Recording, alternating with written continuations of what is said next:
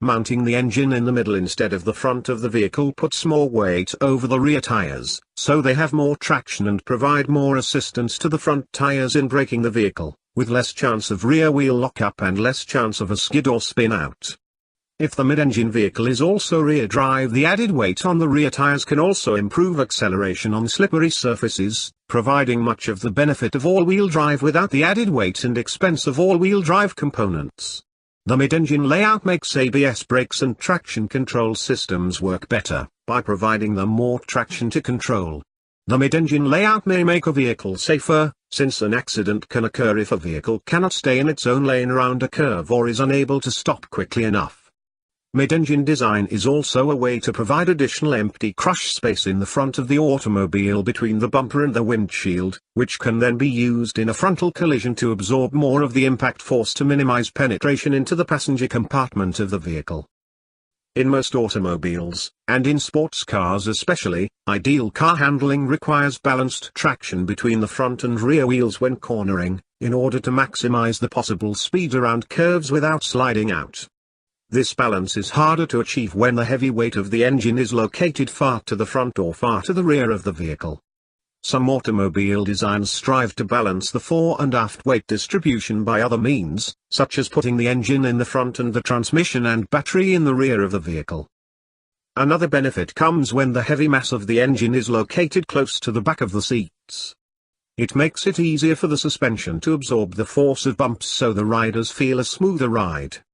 But in sports cars the engine position is once again used to increase performance, and the potentially smoother ride is usually more than offset by stiffer shock absorbers. This layout also allows the transmission and motor to be directly bolted to each other, with independent suspension on the driven wheels. This removes the need for the chassis to transfer engine torque reaction. The largest drawback of mid-engine cars is restricted rear passenger space. Consequently, most mid-engine vehicles are two-seat vehicles. The engine in effect pushes the passenger compartment forward towards the front axle, if engine is behind driver.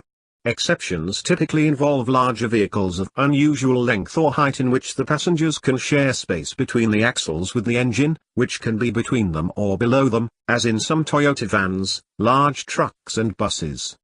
The mid-engine layout, with a horizontal engine, was common in single-decker buses in the 1950s and 1960s. For example, the Acroliance.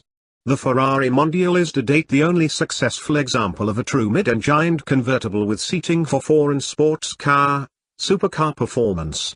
A version of the Lotus Evora with a removable roof panel is anticipated, but no definite date is known. Like any layout where the engine is not front-mounted and facing the wind, the traditional engine behind the passenger's layout makes engine cooling more difficult. This has been a problem in some cars, but this issue seems to have been largely solved in newer designs. For example, the Saleen S7 employs large engine compartment vents on the sides and rear of the bodywork to help dissipate heat from its very high output engine. Mid-engined cars are more dangerous than front-engined cars if the driver loses control, although this may be initially harder to provoke due to the superior balance, and the car begins to spin.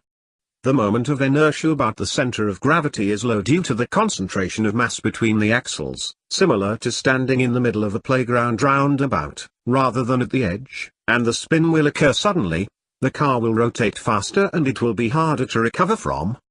Conversely, a front-engined car is more likely to break away in a progressive and controllable manner as the tires lose traction. The term mid-engine has usually been applied to cars having the engine located between the driver and the rear drive axles. This layout is referred to here as a Remar layout. Sports and racing cars typically have this mid-engine layout, as these vehicles' handling characteristics are more important than other features, such as capacity. Additionally, the mechanical layout and packaging of an RMR car is substantially different from that of a front-engine or rear-engine car.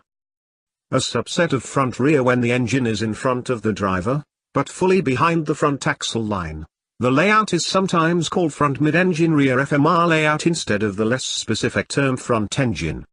In handling and vehicle layout, FMR is substantially the same as FR. Some vehicles could be classified as FR or FMR depending on the factory installed engine, i4 versus i6. Historically, most classical FR cars such as the Ford Models T and A would qualify as a FMR engine car.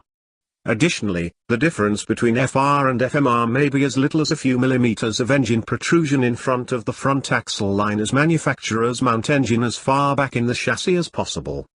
Not all manufacturers use the front mid designation,